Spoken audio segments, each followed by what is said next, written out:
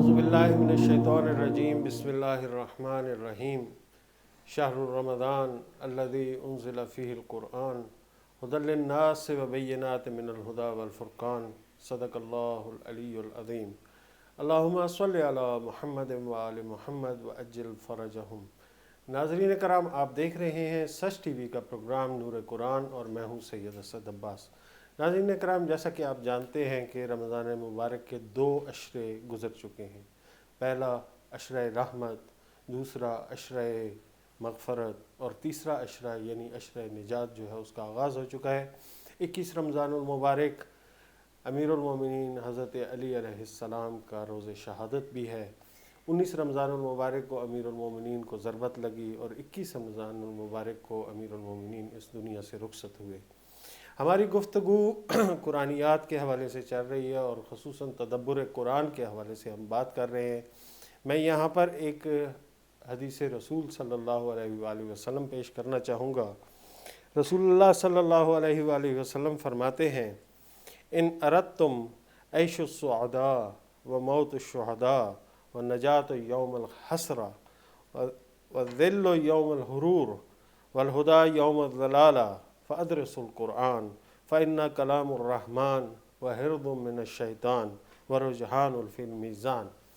اس حدیث کا خلاصہ جو ہے وہ یوں ہے کہ اگر تم چاہتے ہو کہ نیک وکار لوگوں جیسی زندگی گزارو اور شہداء جیسی موت تمہیں نصیب ہو اور تمہیں یعنی حسرت کے روز جو ہے وہ نجات نصیب ہو اور گرمی والے دن تمہیں سایہ نصیب ہو اور گمراہی والے دن تمہیں ہدایت نصیب ہو، تو پھر قرآن کریم کی تعلیم حاصل کرو، کیونکہ فَإِنَّهُ کلام الرحمن، چونکہ یہ رحمان کا کلام ہے، وَحِرْزٌ مِّنَ الشیطان، اور یہ حرز ہے، پناہ گاہ ہے شیطان کے مقابل، وَرُجْحَانٌ فِي الْمِيزَان، اور میزان کو سنگین بھاری کرنے والی چیز ہے۔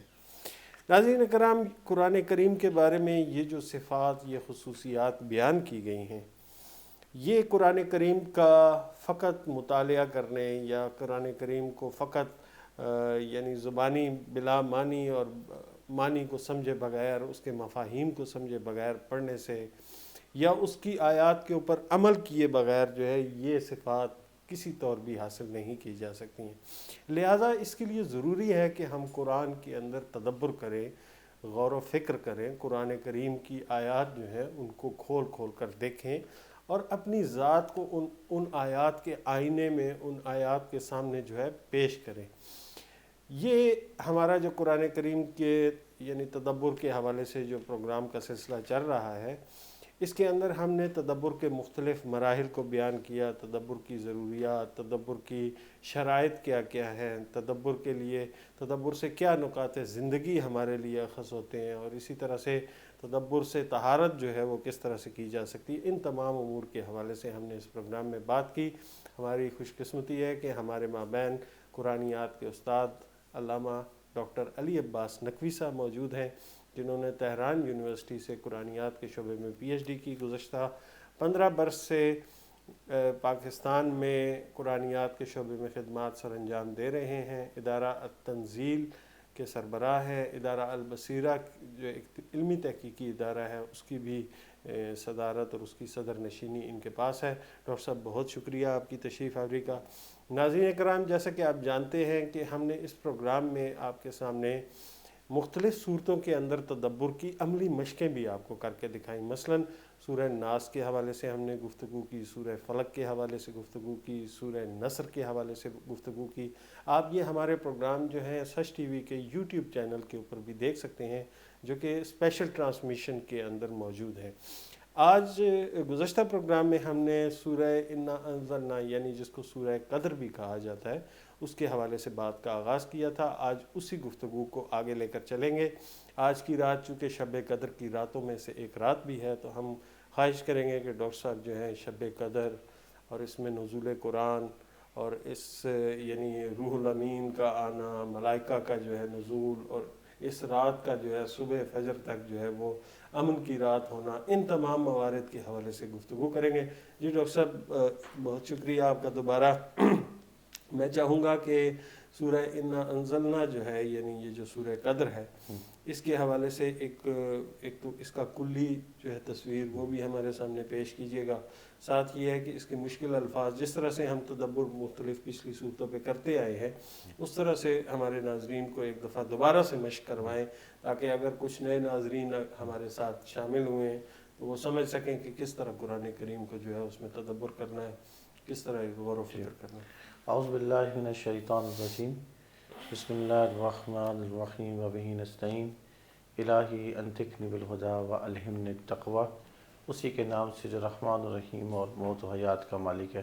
سب سے پہلے میں آپ کا اور سچ ٹی وی کے ذمہ دار افراد کا شکر گزار ہوں کہ اس ماہ رمضان جو بافضیلت رمضان یعنی ماہ رمضان میں ہم خدا کے مہمان بنتے ہیں اور اس کی ساتھ اس کی بڑی اہم ہے انسان کے لیے. اس کا عشرہ پہلا بیان کیا آپ نے, مغفرت کا ہے, پھر اس کا عشرہ رحمت کا, اور ہم اس کے عشرے تیسرے عشرے میں داخل ہونے جا رہے ہیں. نجات یعنی جہنم کی نجات کا.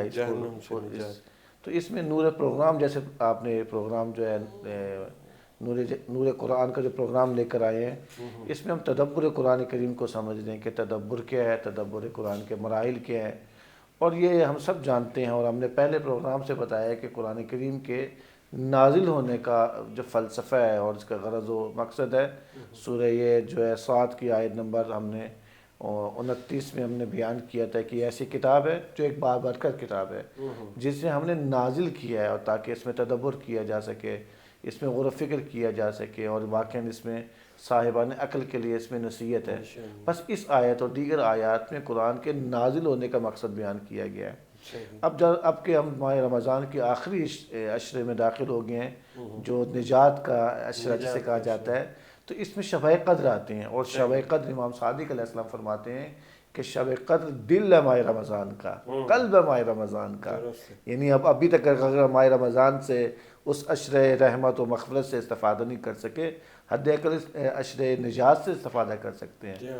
اس کی وجہ جو بہت اہم ہے کہ اس کا کیوں شب قدر قلب ہے, کیونکہ ماہ رمضان جو بہار قرآن ہے شب قدر میں قرآن کریم نازل ہوا ہے.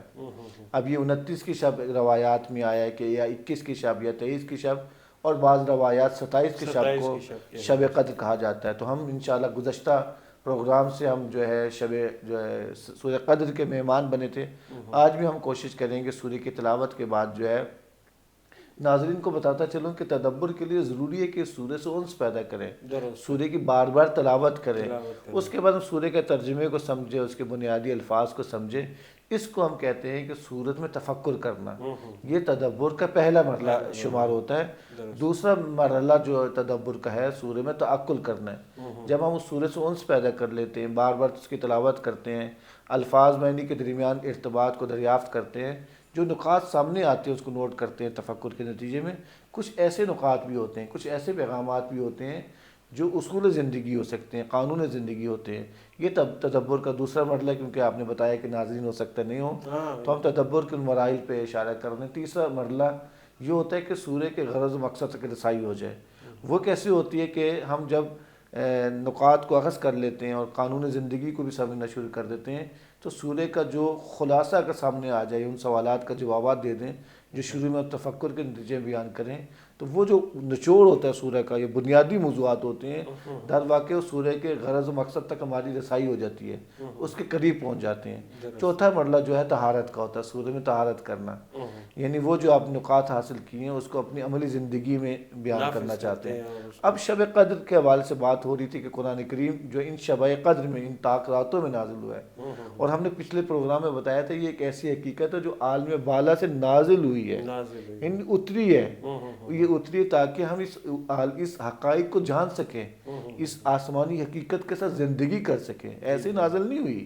یعنی جیسے آپ نے معلوم ایک چیز جب زمین پر, جیسے بارش زمین پر برستی ہے تو اس کو اترتی ہے زمین پر, تو اس کو اس کے لیے بھی انزلنا کا ذکر استعمال کیا گیا. یعنی ہم نے پانی کو نازل کیا آسمانوں سے تو وہ حیات کا باعث بنتی ہے, انسان زرخیز ہوتی ہے.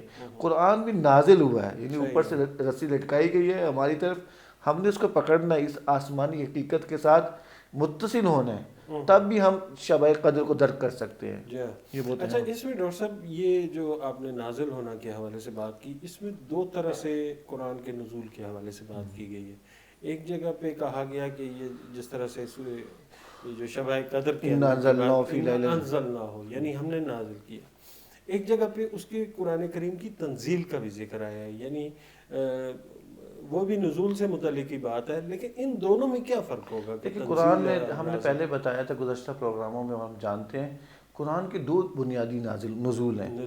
قرآن کریم جو انسانوں کے ہدایت کے لیے ہے، کتاب زندگی ہے اور ضابطہ حیات ہمارے لیے، تاکہ قیامت انسانوں کی رہنمائی کرتی ہے کتاب جو قلب پیغمبر پہ اتری ہے۔ تو ایسے میں یہ نزول دو طرح کا نزول ہے، کہیں لفظ تنزیل کے ذریعے سے قرآن کے نزول کا بیان کیا گیا ہے، کبھی یہ انزال سے بتایا گیا ہے۔ دیکھیں وہ بنتا ہے کہ قرآن کا دونوں نزول کو جو ہے اس کی وضاحت یہ ہوگی، ایک تدریجی نزول ہے، ایک دفعی نزول ہے۔ جب قرآن کا انزال سے آ جائے، اِنَّا أَنزَلْنَا کی بات آ جائے، نزلہ کا لفظ آ جائے، یعنی بنیادی لفظ ہیں، تو اس کا مطلب ہوتا ہے دفعی طور پہ قرآن کا نازل ہونا، یکجا۔ اور تنزیل ہوتا ہے تدریجن، یعنی ایک کے بعد دیگر آیات کو اترنا۔ جس طرح 23 سال کے عرصے میں رسالت مآب صلی اللہ علیہ وآلہ وسلم کے اوپر جو ہے قرآن کریم مختلف مواقع پہ نازل ہوتا رہا۔ یا ناظرین، میں بتانا چاہوں گا کہ ہم نے اپنے گزشتہ پروگرام میں بھی اس حوالے سے بات کی تھی کہ قرآن کریم کا جو نزول ہے وہ بنیادی طور پر اس کے بارے میں کہا گیا ہے کہ یہ ایک ایسی کتاب ہے جو کہ یعنی عرش الہی پر ایک کتاب مکنون میں محفوظ ہے، اور یہ بنیادی طور پر حقائق ہیں، کچھ زندگی کے کچھ معارف ہیں۔ اس کی حقیقت جو ہے وہ یقیناً خداوند کریم کی ذات یا رسالت مآب صلی اللہ علیہ وآلہ وسلم کو جو اس حوالے سے علم عطا کیا گیا ہے، وہی اس کو بہتر جان سکتے ہیں کہ حقیقت قرآن کیا ہے یا حقیقت۔ اور اس حوالے سے بہت سی روایات بھی ہم جانتے ہیں کہ موجود ہیں، کہ مثلاً جن کے بارے میں کہا گیا ہے کہ قرآن کا ایک ظاہر ہے اور اس کے کئی بطون ہیں۔ جی ہاں، ایسے ہے۔ دیکھیں قرآن کریم کے ایک ظاہر اور اس کا ایک بطون ہے۔ قرآن کا ظاہر یہی ہے جو ہمارے لیے حجت بھی ہے، یہی آیات ہیں جو ہمارے سامنے ہے کہ قرآن کریم کی جو اتنی صورتیں ہیں، یہ اتنی تعداد میں آیات ہیں، یہ ظاہر ہے جو ہم آیات کی تلاوت کر رہے ہوتے ہیں، اور ہمارے لیے ان ظاہر آیات پر عمل کرنا بھی ضروری ہے، حجت ہے ہمارے لیے، یہ دلیل ہے جسے ہم کہتے ہیں۔ ایک اس کا بطون ہے، بطون ہوتا ہے واقعاً اس کے لیے کہیں ایک 70 اس کے بطون بیان کیے جا رہے ہیں، اور وہ ائمہ علیہ السلام یا پیغمبر صلی اللہ علیہ وآلہ وسلم کی ذات ہے جو اس کی بطون کو جانتی ہے، آگاہ ہے، وہی اس کی تشریح کرتے ہیں۔ اچھا، ایک جو تاثر ہمارے ذہنوں میں جاتا ہے کہ یہ نزول سے مراد جو ہے کہ قرآن کریم اسی کتابی شکل میں عرش الہی سے زمین پہ اترا ہے، یعنی یہ تاثر جو ہے یہ شاید کسی کے ذہن میں پایا جاتا ہو کہ اسی طرح سے تحریری حالت کے اندر جو ہے قرآن کریم عرش الہی سے زمین پہ اترا ہے۔ اس کے بارے میں بہت سے مفکرین اور دانشوروں کا کہنا ہے کہ قرآن چونکہ حقائق پر مشتمل ہے، قرآن کے یہ جس طرح سے بطون کی بات کی گئی ہے، اب اگر اس کا دفعی نزول ہم تسلیم کرتے ہیں کہ یہ دفعی نزول ہے، تو ایسا تو نہیں ہو سکتا کہ مغرب کے ٹائم رسالت مآب کو جو ہے وہ پکڑ کے بٹھا دیا گیا ہو، نعوذ باللہ کہ ایک فرشتہ جو ہے اس نے قرآن سنانا شروع کر دیا ہو اکٹھا۔ ایسا نہیں ہے، بلکہ یہ وہ حقائق ہیں، اور اس کا یہ جو نزول سے معنی اور مفہوم ہمیں سمجھ آ رہا ہے وہ بھی یہی سمجھ آ رہا ہے کہ یہ کوئی عرفہ چیز ہے۔ دیکھیں قرآن کے نزول کے لیے ہم پہلے وحی کو سمجھنا ہوگا، چاہیے وحی کیا ہے۔ اب وحی قرآن کریم اس کو وحی کسے کہتے ہیں، پھر قرآن میں وحی کے مختلف استعمال ہیں۔ اب یہ جو پیغمبر پہ وحی آئی، یہ کس قسم کی وحی ہے، تو اس کو سمجھنا ہوگا، اور پھر سمجھنا ہوگا پیغمبر پر جو وحی آتی تھی کتنی اس کی اقسام تھی، اس کے لیے بھی آیات قرآن نے ہماری رہنمائی کی ہے۔ تو وحی کہتے ہیں، لغت میں وحی کہتے ہیں کہ لفظ وحی جو اشارہ کرنے کے معنی میں ہے، یا کہا جاتا ہے لکھنے کے معنی وہی لغت میں کہا جاتا ہے، یا پوشیدہ کلام کے یا چپکے سے کچھ کہنا اس کو وحی کہا جاتا ہے، یا جلد کو کہا جاتا ہے، یا تیزی کو وحی کہا جاتا ہے۔ اور وہ جو آپ بتا رہے تھے، ہر وہ چیز جو تحریر یا اشارے کے ذریعے سے کسی شخص کو کسی متوجہ کیے بغیر، مثلا کہ کوئی اشارہ کرنا ہے یا کوئی چیز بیان کرنی ہے، کسی کو متوجہ کیے بغیر پہنچایا جائے، یہ وحی کے مختلف معنی ہیں. یعنی لغت میں یہ وحی ہے. یعنی قرآن کے نزول کے لیے ہمیں پہلے وحی کی حقیقت کو سمجھنا ہوگا. انشاءاللہ کبھی اس پہ مزید وضاحت کریں گے. تو اس کے معنی کیا ہوئے جو قرآنی حوالے سے کہیں گے کہ وحی ایک ایسا مخفی پیغام ہے جو اشارے کے ذریعے سے تیزی سے انجام پائے. اس کو لغت میں جو راغب اصفہانی ہے، اپنے ماہر لغت ہیں، کتاب المفردات میں فی غریب القرآن ان کی کتاب ہے، صفحہ نمبر 515 میں اس کے وحی کے معنی بیان کیے ہیں. اب قرآن مجید میں وحی کے 4 معنی بیان کیے گئے ہیں. کہیں کہا گیا اس کے معنی یعنی مخفی اشارہ کیے ہیں، یا کہا جاتا ہے کہ کہیں کہا جاتا ہے الہام کے معنی میں یا فطری ہدایت کا معنی میں، اور ایک اور معنی جسے ہم کہتے ہیں یہ وحی ارسالی یا وحی نبوی کہا جاتا ہے، یا وحی نبوی کہا جاتا ہے، جو جس کا ذکر قرآن میں 70 مرتبہ آیا ہے کہ اللہ تعالیٰ نے تم پر وحی کی. اب یہ بہت اہم ہے کہ جو قرآن وحی کیسے پیغمبر پہ ہوتی تھی، یہ بھی بڑا اہم نقطہ ہے کہ یہ 3 صورتوں میں پیغمبر صلی اللہ علیہ وسلم پہ وحی ہوتی تھی. کبھی وحی مستقیم شکل میں وحی ہوئی، کبھی آواز کے ذریعے سے وحی، اور کبھی فرشتے کے ذریعے سے وحی ہوئی. اور نزول وحی کی کیفیت نہیں تھی یہاں کے پیشانی، آپ کی پیشانی مبارک پر مثلا پسینہ آ جاتا تھا. اگر آپ کسی اونٹ پہ یا گھوڑے پر سوار ہوتے تو اس کی کمر بہت زیادہ خم ہو جاتی. بس یہ قرآن کا ایک نزول ہے اور ایک حقیقت ہے. ہم اس وحی کو یعنی درک نہیں کر سکتے کہ وحی کا کی خاص کیا کیفیت تھی. ہاں اس پہ معلوم ہے یہ وحی در واقع پیغام الہی ہے، کلام الہی ہے، جو پاکیزہ قلب پر ہی نازل ہوا، جو انسانوں کی ہدایت کے لیے اترا. ڈاکٹر صاحب ایک وقفے کا مجھے کہا جا رہا ہے، انشاءاللہ ناظرین کرام حاضر ہوتے ہیں ایک وقفے کے بعد.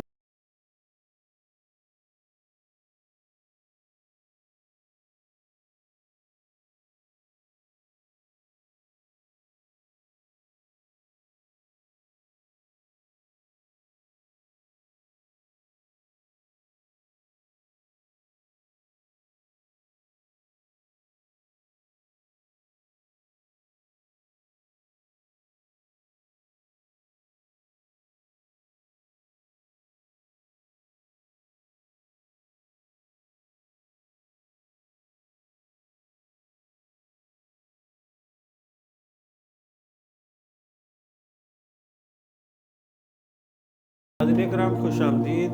وقفے سے پہلے ہماری گفتگو ہو رہی تھی وحی کی حقیقت کے حوالے سے. ڈاکٹر صاحب نے درست کہا کہ وحی چونکہ رسالت مآب صلی اللہ علیہ وآلہ وسلم کے قلب پہ اترنے والی ایک چیز ہے، اگرچہ ہم اس کے معنی، اس کے مفاہیم، اس کی کیفیات، اس میں وحی کے دوران رسالت مآب صلی اللہ علیہ وآلہ وسلم پر ہونے والے اثرات کو تو جان سکتے ہیں، لیکن یہ نہیں جان سکتے کہ وحی کس طرح سے رسالت مآب صلی اللہ علیہ وآلہ وسلم کی طرف خدا کا پیغام آتا ہے، کس صورت میں آتا ہے، اور اس کو کس صورت میں رسالت مآب صلی اللہ علیہ وآلہ وسلم جو ہے وہ ہمارے لیے بیان کرتے ہیں. اگرچہ روایات میں اس حوالے سے بات کی گئی ہے، لیکن یہ ہے کہ مطلب حقیقت وحی جو ہے وہ دراصل رسالت مآب ہی سمجھ سکتے ہیں. ڈاکٹر صاحب ہماری گفتگو جو ہے وہ سورہ انا انزلنا کے حوالے سے ہم کرنا چاہ رہے ہیں. میں چاہوں گا کہ اس کا جو تدبر کے ہمارے مختلف مراحل ہیں اس انداز سے سورہ انا انزلنا کے معنی و مفاہیم، مشکل الفاظ اور اس کے درمیان جو باہمی ربط ہے اور اس کے اندر جو مطالب بیان کیے گئے ہیں وہ ہمارے ناظرین کو ہم آغاز کرتے ہیں سورہ کی تلاوت سے. یعنی سورہ کی تلاوت سے ہم انشاءاللہ اس کے انس پیدا کریں گے اور پھر معنی اور پھر دیکھیں کہ روایات نے اس کے حوالے سے ہماری کیا رہنمائی کی ہے. آغاز ہو رہا ہے بسم اللہ الرحمن الرحیم. انا انزلناہ فی لیلۃ القدر، کہ بے شک ہم نے قرآن کریم کو یعنی انا انزلناہ یعنی ہو ہے. اب ہو ضمیر سے استفادہ کیا جا رہا ہے، اور ضمیر سے اس وقت استفادہ کیا جاتا ہے کہ جب آپ کسی کو جانتے ہوتے ہیں، یعنی اس کی آپ کو معلوم ہوتا ہے تو تب آپ اس کی ضمیر سے استفادہ کرتے ہیں. پس انا انزلناہ، ہم نے قرآن کریم کو نازل کیا کب؟ فی لیلۃ القدر، یعنی شب قدر میں نازل کیا. اب اگلی آیت ہے وما ادراک ما لیلۃ القدر، کہ تمہیں کیا معلوم کہ شب قدر کیا ہے. اس کی عظمت کو یعنی تم نہیں جان سکتے، اور یہ جو اس کی آگاہی کے لیے تمہیں خدا سے ہی اس کی عظمت کو جاننا ہوگا، یعنی ہم درک نہیں کر سکتے. وما ادراک ما لیلۃ القدر، لیلۃ القدر خیر من الف شہر. لیلۃ القدر ایسی رات ہے جو 1000 مہینوں سے بہتر ہے، یعنی خیر ہے اور خیر ہی خیر اور افضلیت اس میں پائی جاتی ہے۔ آگے تنزل الملائکۃ والروح فیہا بإذن ربہم من کل امر، کہ اس میں فرشتے اور جبرائیل جو ہیں امر الہی سے، یعنی اذن الہی کے ساتھ اس رات کو نازل ہوتے ہیں، اور یہ رات جو ہے اگلے ہے کہتے ہیں کہ یہ رات طلوع فجر تک سلامتی ہے، سلام ہی حتی مطلع الفجر۔ بس یہ اس سورہ میں دو تین بنیادی الفاظ ہیں، ہم چاہیں گے کہ اس کے معنی پہ روشنی ڈالیں۔ ایک لفظ ہے کہ جو شروع میں ہم نے بتایا کہ انزلنا، نازل ہونے کے بجائے نازلہ کا لفظ ہم نے وقفے سے پہلے ہم نے بیان کیا کہ کسی بلند مقام سے کسی چیز کو اترنے کو کہا جاتا ہے۔ اب قرآن میں انزال کا لفظ بھی ہے، تنزیل کا لفظ بھی ہے، اس کی ہم نے وضاحت کی ہے کہ انزال کسے کہتے ہیں، تنزیل کسے کہتے ہیں۔ تنزیل یعنی تدریجی نزول، یعنی ایک کے بعد دیگر آیات کا نازل ہونے کو کہا جاتا ہے، اور انزال یعنی کسی مقام بلند چیز، دفعی نزول یعنی ایک جا کا نازل ہونا، اس کو کہا جاتا ہے۔ ایک اور لفظ اس میں قدر کا لفظ آیا، قدر کہتے ہیں در واقع اندازے یا تقدیر کو کہا جاتا ہے، اور یہ معنی بہت اہم ہے، اور اس کی عظمت کے معنی میں بھی استعمال ہوا ہے، اس کے معنی میں یا ایک باعظمت چیز کو بھی کہا جاتا ہے، اندازے کو کہا جاتا ہے، وزن کو۔ ایک اور لفظ ہے یہاں پہ خیر کا لفظ آیا۔ خیر کا لفظ ہم نے گزشتہ جب ہم عملی مشق انجام دے رہے تھے تدبر میں، وہاں پہ بھی خیر کا لفظ آیا تھا۔ خیر کہتے ہیں یعنی یہ خیر ایک شر کے مقابلے میں ہے لفظ، ٹھیک ہے۔ خیر کا مطلب ہوتا ہے وہ چیز جو عقلی معیارات کے مطابق ہو، اس کو کہا جاتا ہے۔ شر اس کے برعکس ہوتا ہے جو عقلی معیارات کے مطابق نہ ہو۔ خیر وہ ہوتا ہے جس میں رجحان پایا جائے، اس کو خیر کہتے ہیں۔ یہ بنیادی اس کے الفاظ تھے۔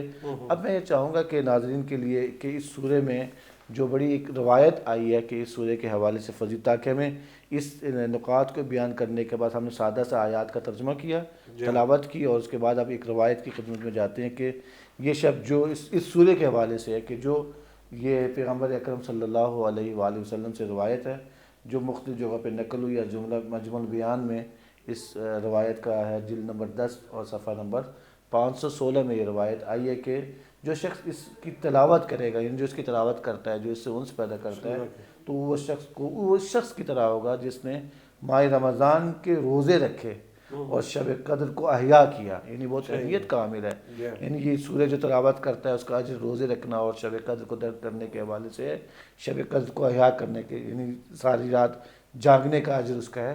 لیکن یہ تلاوت کا معنی بہت اہم ہے، یعنی یہاں پہ جو کہا ہے نا، تلاوت صرف آپ نے سورہ کی تلاوت کر لی ہے، بلکہ حق کے تلاوت کو ادا کرنا ہے، تب اجر کیا جائے گا۔ حق کے تلاوت کیسے ادا ہوتا ہے؟ ہم نور قرآن کے پروگرام میں پہلے دن سے کہہ رہے ہیں کہ تلاوت اور مطالعہ قرآن سے مراد یہ ہے کہ جس میں علم سے عمل کا سفر ہو، یعنی آپ اس سورہ کو انس پیدا کریں، اس سورہ سے انس پیدا کرنے کے بعد اس میں تدبر کریں، تفکر کریں، اور اس میں سے معیار زندگی، اصول زندگی حاصل کر کے اپنی زندگی میں نافذ کریں، یہ تلاوت ہے۔ بس اس تلاوت کے نتیجے میں وہ کہہ رہے ہیں، پیغمبر صلی اللہ علیہ وآلہ وسلم فرما رہے ہیں کہ وہ ماہ رمضان میں روزے رکھنے کا اس کا اجر ہے، یا شب قدر میں جو ہے، شب قدر میں انسان احیا کرے اور ساری رات شب بیداری کرے اور عبادات اور مناجات انجام دے۔ اچھا ڈاکٹر صاحب، یہ تو سورہ جو ہے یہ ہم تقریباً بچپن سے ہی سنتے آ رہے ہیں، انا انزلنا، اور اس کی فضیلت اور اس کا مقام جو ہے، بالخصوص جو قرآن کریم کے نزول کے حوالے سے اس کی بات ہے، ہم نے یعنی یہ جان لیا کہ قرآن کریم جو ہے، اس میں قرآن کریم کے دفعی نزول کی بات کی جا رہی ہے اس رات میں، اور یہ بڑی عظمت والی رات ہے، یعنی 1000 مہینوں سے افضل ہے۔ بعض چیزیں اس کے اندر واضح ہیں، لیکن بعض چیزیں ایسی ہیں جو کہ اس سورہ کے اندر واضح نہیں ہیں۔ مثال کے طور پر یعنی ملائکہ کا، یعنی ہمارے لیے آپ کہنے واضح نہیں، ہمارے لیے واضح نہیں ہے۔ اس میں ایک جو پوائنٹ ہے، میں سمجھتا ہوں کہ یہ جو شب قدر کی بات کی گئی ہے، یعنی ہم نے اس کو رات میں نازل کیا۔ یہ بہت اہم ہے۔ آپ دیکھیں، یعنی یہ سورہ قرآن کریم جو ہے دن میں بھی نازل ہو سکتا تھا، فجر کے ٹائم بھی نازل ہو سکتا تھا، بالکل ایسے ہے جی، یا یہ ہے کہ مطلب اچھا اسی طرح سے ہم یہ دیکھتے ہیں کہ مثلاً شب معراج کی بات کی جاتی ہے، یعنی معراج کا جو اقدام ہے وہ بھی رات کے ٹائم ہم دیکھ رہے ہیں کہ ہو رہا ہے۔ یہ رات کی کیا خاص اہمیت ہے، اور رات جو ہے کیوں، رات کو کیوں منتخب؟ دیکھیے رات بڑا اہم ہے، رات کو سمجھنا، یعنی قرآن کریم کا اس میں کہا جا رہا ہے ان انزلناہ فی لیلۃ القدر، لیل کہتے ہیں رات کو، صحیح، جب لیل یعنی رات جب بالکل انتہا تک پہنچ جاتی ہے، لیل کا اگر لغت درست میں معنی درست۔ دیکھا جائے تو یہ رات کو کیوں بیان کیا گیا؟ ہم نے کہا کہ پہلے رات کو سمجھاؤں گا۔ لیل قرآن کریم کی نگاہ میں لیل کیا ہے؟ مثلا اگر ہم شروع کریں، مختلف آپ نے بتایا لیل کہاں کہاں استعمال ہوا ہے، ابھی ایک آیت کا آپ نے ذکر کیا ہے، معراج کا واقعہ بھی معراج میں لیل ہوا، اور اسی طرح سے پیغمبر کو بھی کہا جا رہا ہے لیل کو اٹھو اور تم جو ہے عبادت کرو، وہاں کہا جا رہا ہے کہ اس میں احرام کرنا۔ دیکھیں رات کا معنی بہت اہم ہے۔ رات کسے کہتے ہیں؟ ہم سمجھتے ہیں رات ہمارے ہاں معروف یہ کہ 12 بجے سے رات کا آغاز ہوتا ہے، اگلے 12 تک پورا مکمل ایک دن اور رات کو کہا جاتا ہے، لیکن قرآن کی نگاہ میں اور جو ہے قرآن کی منطق میں رات مغرب سے اس کا آغاز ہوتا ہے۔ میں نے پچھلے پروگرام میں بھی کہا تھا مغرب سے طلوع فجر، طلوع تک، یعنی جب طلوع تک ہوتا ہے، یہ پورا یعنی اگلی مغرب سے اگلے مغرب تک پورا دن شمار ہوتا ہے، ایک 24 گھنٹے ہوتے ہیں۔ ایسے میں رات کیوں آتی ہے؟ وہ سورہ مزمل کی روشنی میں بتانا چاہ رہا ہوں۔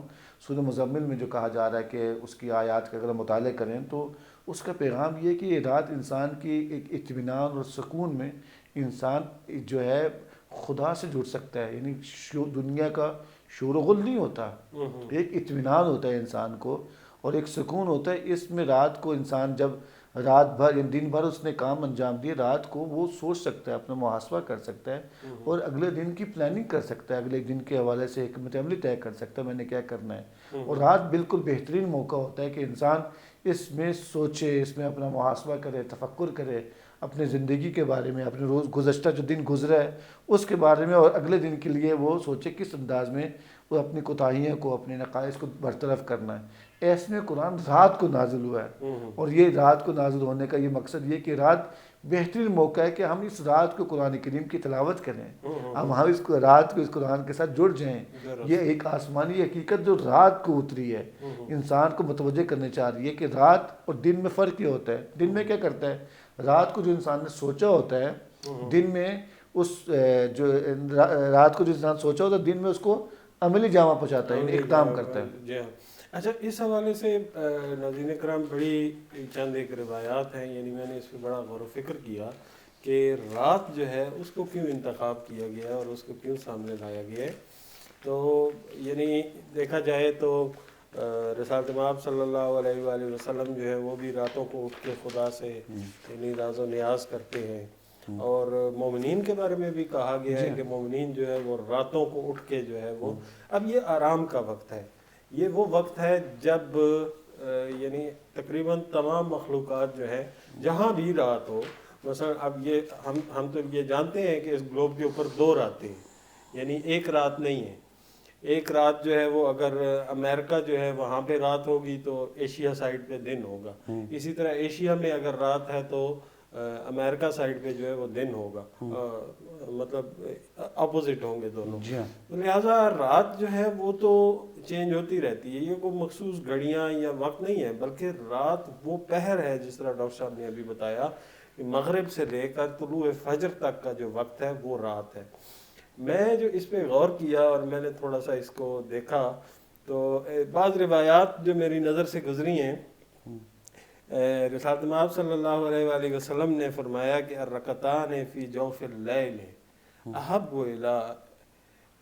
الی من الدنیا وما فیہا، یعنی فرماتے ہیں کہ یہ رات میں 2 رکعتیں میرے لیے دنیا اور مافیہ سے زیادہ محب ہیں، یعنی میں ان کو پسند کرتا ہوں۔ امام جعفر صادق علیہ السلام نے فرمایا کہ لیس من شیعتنا من لم یصل صلاۃ اللیل، جو شخص رات کی نماز نہیں پڑھتا ہے وہ ہم میں سے نہیں ہے، وہ ہمارا شیعہ نہیں ہے۔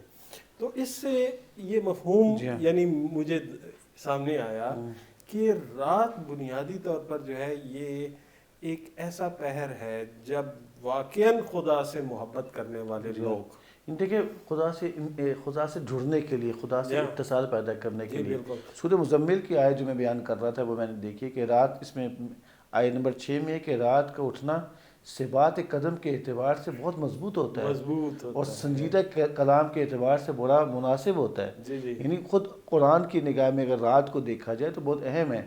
ایسے میں کہا گیا کہ ایک عظیم ذمہ داری سے عہدہ برا ہونے کے لیے رات کی جو تاریکی ہے اور پرسکون لمحات زیادہ مناسب ہے جی بالکل، ان کے اپنی ذمہ داری کو ادا کر، جن میں ادا سے کرنے کے لیے۔ جو دنیا سے کے شور و غل سے انسان دور ہوتا ہے جی ہاں۔ اور یہاں پہ اس کو ایک ایسی اپنے خالق سے ارتباط پیدا کرنے کے لیے جیسے آپ نے بتایا ہے، یعنی نماز شب کی بڑی اہمیت ہے، جی بالکل، صلاۃ اسی اللیل کے حوالے سے اہمیت اچھا، یہ ہے، بڑی ڈاکٹر اہمیت ہے۔ صاحب، ڈاکٹر صاحب، یہ جو ہماری دنیا میں جو لوگ عشق کی کیفیات سے گزرتے ہیں، محبت کی کیفیات سے، وہ اس رات کی کیفیت کو زیادہ بہتر درک کر سکتے ہیں، یا شعراء کو میں نے دیکھا ہے یا عرفاء کو دیکھا ہے، وہ لوگ جی ہاں۔ رات کی کیفیت کو بہتر درک کر سکتے ہیں۔ کیوں؟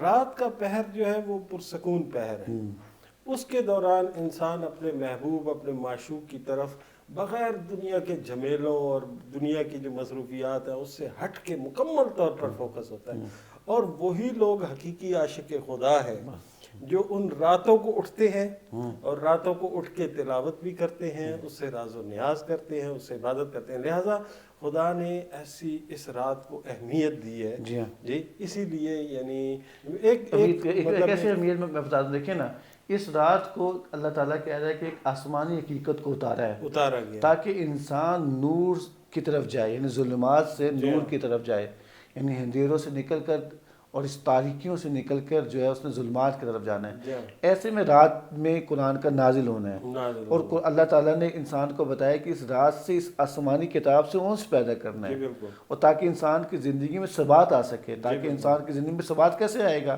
رات کو اس قرآن کریم کے ساتھ جڑے گا، اس کی تعلیمات حاصل کرے گا، اس سے معیار زندگی، اصول زندگی اخذ کرتے اور دن میں اس حقائق کو اپنی زندگی میں جاری کرے گا۔ یعنی رات کو دیکھیں، رات کو قرآن نازل ہوا ہے، ٹھیک ہے، رات کی اہمیت ہم نے بتا دی کہ رات کیا ہے، اور قرآن کی نگاہ میں ہمیں رات کی حوالے سے بھی بات کی اور آیات اور روایات کی طرف بھی اشارہ کیا، کہ تو اس میں بڑا اہم ہے کہ قرآن کریم رات میں نازل ہوا کہ انسان رات کو اس آسمانی حقیقت کو دریافت کرے، اور دن میں جو اس نے حقیقت قرآن سے سیکھا ہے، تعلیمات حاصل کی ہیں یا اصول زندگی اس نے اخذ کی ہیں تلاوت کے ذریعے سے یا مطالعہ قرآن کے ذریعے سے، اس کو دن میں جاری کرنا ہے۔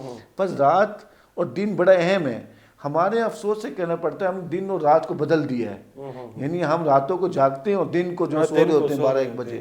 یہ قرآن کی نگاہ میں اصلاً قرآنی طرز زندگی نہیں ہے، اس کو اصلاح کرنے کی ضرورت ہے، اس کو بدلنے کی ضرورت ہے، وہ تاکہ کیوں دن کو اس نے حرکت کرنی ہے، دن کو اس نے کمال کی طرف بڑھنا ہے آگے، رات کو تھوڑا سوچنا ہے، فکر کرنا ہے، منصوبہ بندی کرنی ہے، اور تاکہ ایک انسان تیزی سے خدا کی طرف جو ہے سفر کمال کی طرف رشد ہو، کمال کی طرف آگے بڑھ سکے۔ اچھا ڈاکٹر صاحب، اس میں جو اگلی آیت ہے اس کے اندر یعنی قرآن کریم میں کہا گیا کہ وما ادراک ما لیلۃ القدر، یعنی تم اس کا ادراک ہی نہیں کر سکتے ہو، اس کی عظمت و بزرگی کو بیان کیا گیا ہے۔ یہ کیا کہنا چاہ رہا ہے خداوند کریم؟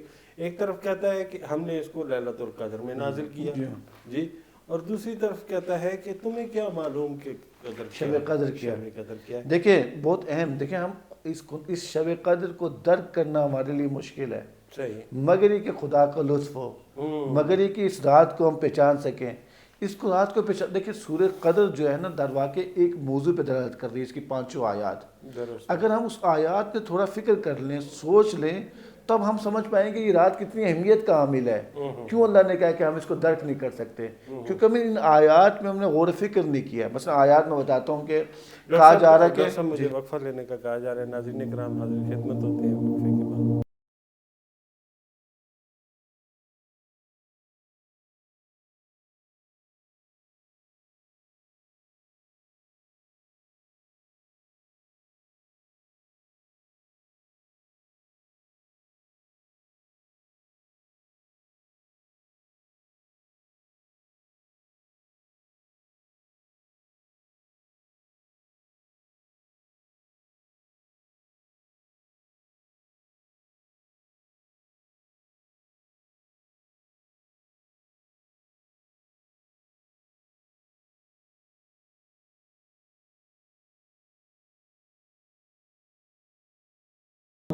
ناظرین اکرام خوش آمدید، ہماری گفتگو کا سلسلہ سورہ قدر کے حوالے سے چل رہا ہے۔ ہم نے رات کی اہمیت کے اوپر بات کی۔ ڈاکٹر صاحب میں جاننا چاہ رہا ہوں کہ یہ کیوں کہا گیا کہ آپ شب قدر جو ہے اس کا ادراک نہیں کر سکتے؟ شب قدر کو ادراک کرنے کے لیے میں نے کہا دوبارہ سے سورہ کی طرف پلٹتے ہیں۔ دیکھیں شب قدر کو درک کرنا بڑا اہمیت کا حامل ہے۔ اگر ہم نے شب قدر کو درک کر لیا، کیونکہ شب قدر کا اس شب کا تعلق کیوں ہے، کیوں عظمت ہے، تو خود سورہ پہ دقت کرتے ہیں تو سمجھنے کی کوشش کرتے ہیں، اور اس کے لیے توفیق الہی چاہیے. یعنی شب قدر میں ہم نے اس رات کو درک کرنے کے لیے اللہ سے توسل کرنا ہے، ہم نے اللہ تعالیٰ کے حضور گر گرانا ہے، تب ہم اس شب کو خدا اگر ہمیں توفیق دے گا تو ہم سمجھ سکتے ہیں. اگر سورہ کا مطالعہ کر سکیں کہ یہ رات کیا ہے، اس کے رات کا کیا تعارف کروایا گیا سورہ میں. کہا جا رہا ہے کہ رات کو شب قدر سے تعبیر کیا گیا ہے، ایک بات. اور اس کو رات کو کہا قرآن کریم کی وجہ سے، قرآن کے نزول سے ہم اس شب قدر کو پہچان سکتے ہیں.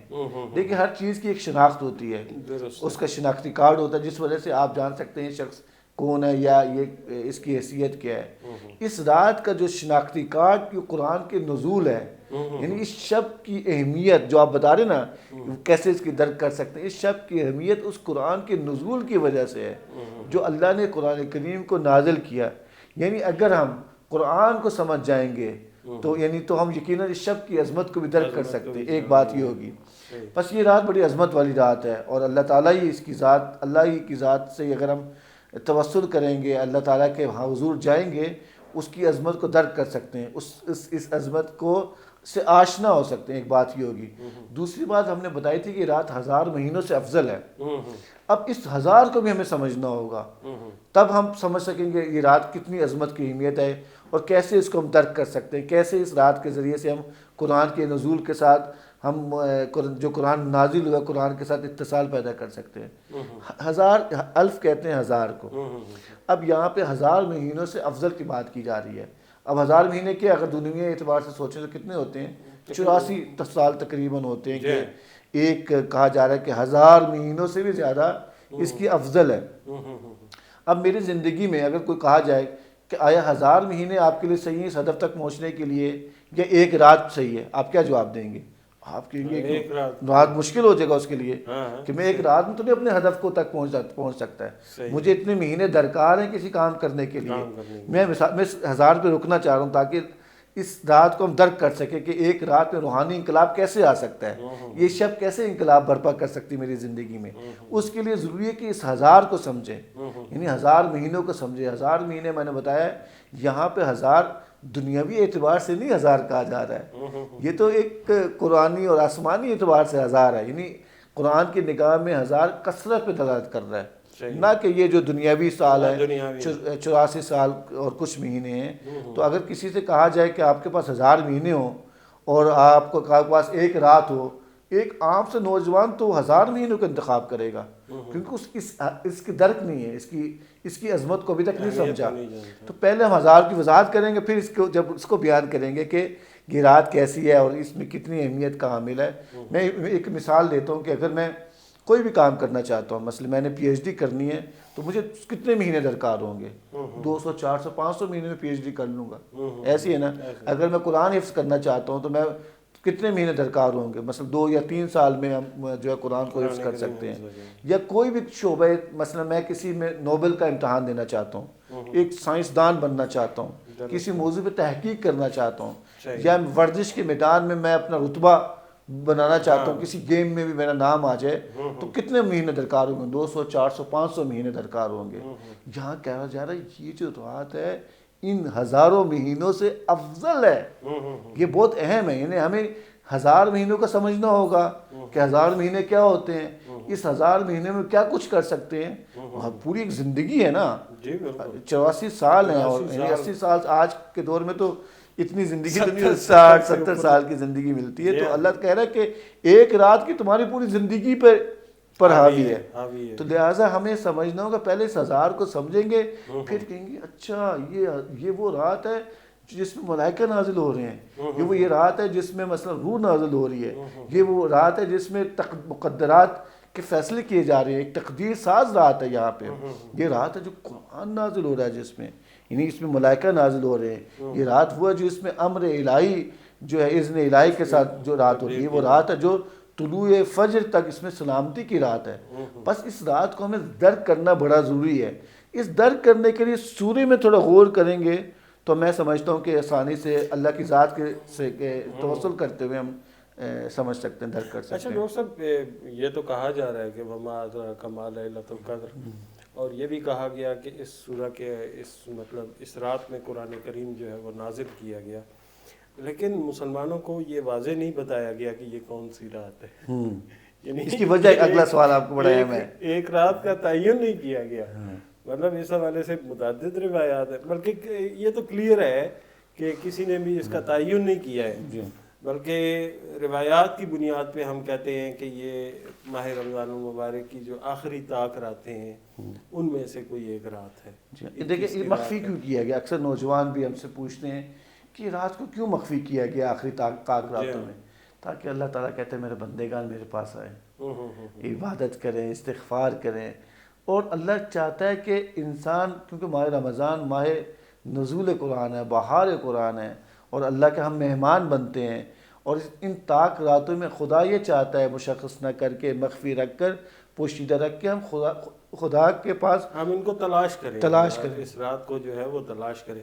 اچھا، اس میں جو اگلے یعنی مفاہیم بیان کیے گئے ہیں، یعنی واقعاً یہ رات جو ہے تو اہمیت کی رات ہے کہ اس میں قرآن جو ہے رسالت مآب کی زندگی میں اس میں قرآن نازل ہوا. اب قرآن کریم جو ہے وہ تو نازل نہیں ہوتا، لیکن یہ ہے کہ مطلب یہ جو اس کے باقی جو شعون بتائے گئے ہیں، باقی چیزیں جو بتائی گئی ہیں، مثلاً تو اس میں وہ ہے وما ادراک ما لیلۃ القدر، لیلۃ القدر خیر من الف شہر تنزل الملائکۃ والروح فیہا بإذن ربہم. اب یہ جو تنزل کی بات ہے کہ اس میں ملائکہ نازل ہوتے ہیں، یہ یعنی ماضی سے متعلق ہے کہ آیا رسول خدا کی زندگی میں ہی ہوتے تھے، یا اس کے بعد بھی یہ ملائکہ کے نزول کا کیا اس کی عربی جو ہے یہ کیا کہتی ہے؟ دیکھیں اس کے یہ صیغہ جو ہے نا تنزل نازل ہوا ہے کہ یہاں پہ مضارع کا صیغہ ہوا ہے. دیکھیں تنزل ایک مضارع کا صیغہ ہے. مضارع کا صیغہ ہوتا ہے جو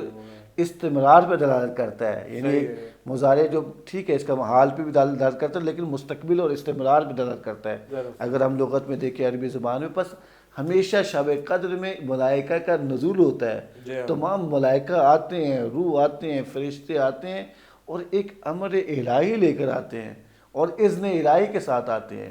اور اس میں قرآن کا بھی نزول کی بات کی جا رہی ہے. یہاں پہ ایک اور نقطہ میں بیان کروں گا، انشاءاللہ اس پہ ملائکہ پہ بات کرتے ہیں، ملائکہ سے مراد کیا ہے، روح سے مراد کیا ہے.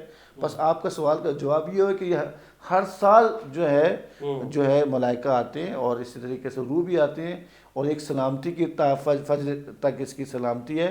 اس کو ہم نے تلاش کرنا ہے کہ جو عالم بالا سے آ رہے ہیں، نازل ہو رہے ملائکہ، اور قرآن کے نزول کی بات ہو رہی ہے، ہم نے اس کے ساتھ اتصال پیدا کرنا ہے، اس سے متصل ہونا ہے، اس سے جڑنا ہے، تب بھی ہم اس شب قدر کو درک کر سکتے ہیں، اس کی حقیقت کو درک کر سکتے ہیں. اچھا، یہ جو عوامر وہ لے کر آتے ہیں، یہ آیا یعنی یہ سوال بھی پیدا ہوتا ہے کہ آیا یہ زمین پہ یہ کون سے امور ہیں جو لے کر وہ آتے ہیں، اور آیا کسی مخصوص کسی شخصیت کے پاس آتے ہیں یا مطلب انسانوں کے پاس ویسے زمین پہ اترتے ہیں؟ دیکھیں قرآن کے نزول کے حوالے سے بات کروں، پہلے یہ سمجھنا ہوگا ہمیں قرآن کے نزول کی بات کی جا رہی ہے کہ قرآن تو دو دفعہ نازل ہوا ہے. اب یہاں پہ نزول کی بات کیا ہے، رمضان میں نزول کی بات کی جا رہی ہے.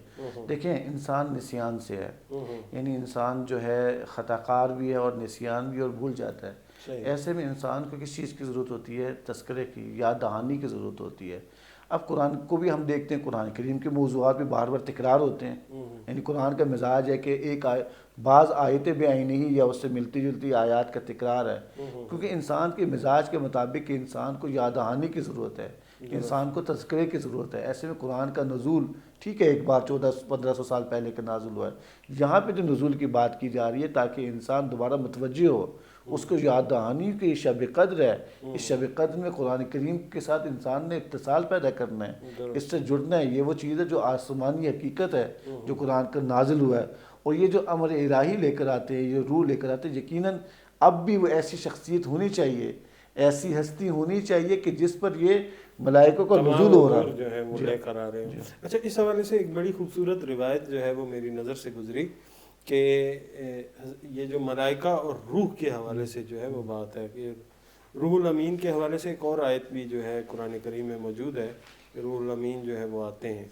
ہمارا عموماً یہ خیال تھا کہ یہ حضرت جبرائیل علیہ السلام جو ہے وہ یہ روح الامین ہو سکتے ہیں، لیکن امام جعفر صادق علیہ السلام کا ایک قول ہے جو کہ تفسیر البرہان کے اندر درج ہے کہ انہوں نے فرمایا کہ جبریل من ملائکہ، جی جبریل ملائکہ میں سے ہے، والروح اعظم من ملائکہ، اور روح جو ہے وہ اس سے بھی اعظم چیز ہے۔ ان اللہ عز وجل یقول تنزل الملائکۃ والروح، اللہ تعالیٰ جو ہے وہ فرماتا ہے کہ ملائکہ اور روح آتے ہیں، یعنی روح جو ہے وہ کوئی اس سے بھی عظیم چیز ہے جو کہ الگ ہے اس روایت کی روشنی میں، جو کہ اس موقع پہ جو ہے اس کا نزول ہوتا ہے اور وہ اوامر الہی جو ہے اس کو لے کر زمین پر اترتے ہیں۔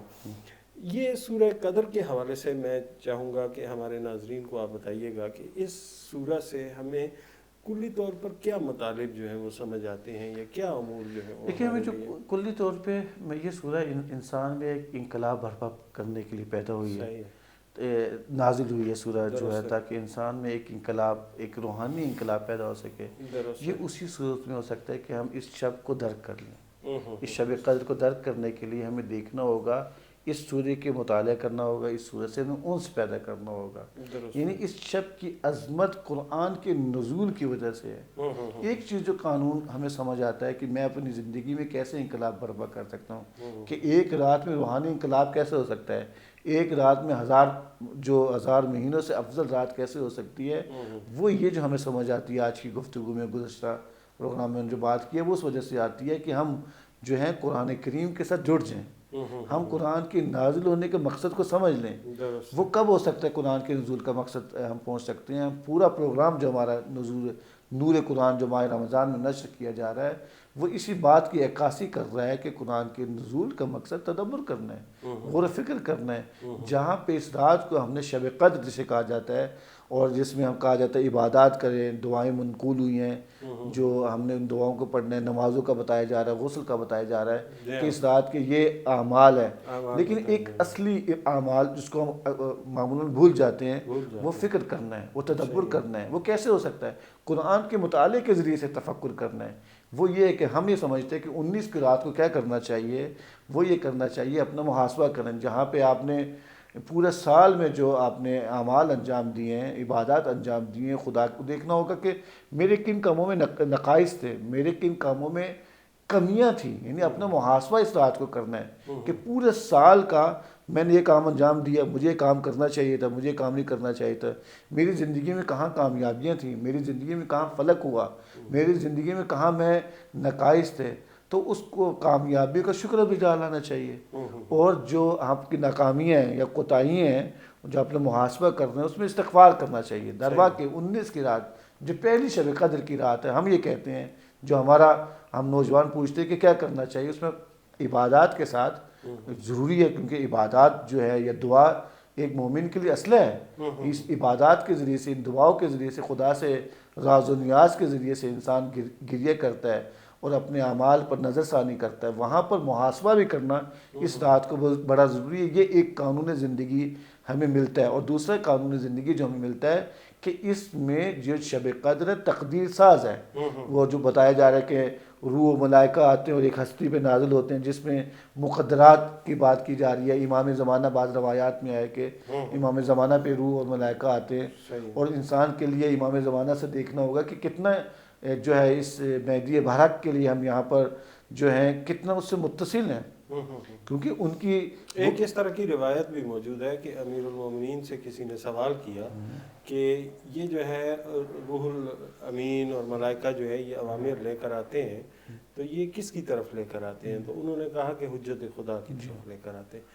انہوں نے فرمایا کہ حجت خدا کون ہے، یعنی کسی نے سوال کیا تو انہوں نے کہا کہ میں اور میرے 12 بیٹے، شک ہی نہیں، جن کے بارے میں رسالت مآب صلی اللہ علیہ وآلہ وسلم نے بھی فرمایا کہ میرے قریش سے جو ہے وہ 12 نقبا ہوں گے میرے، جن کے ساتھ جو ہے یعنی جن پر جو شب قدر ہے اس کے اندر ملائکہ اور روح الامین جو ہے یعنی روایت ہماری رہنمائی کرتی ہیں۔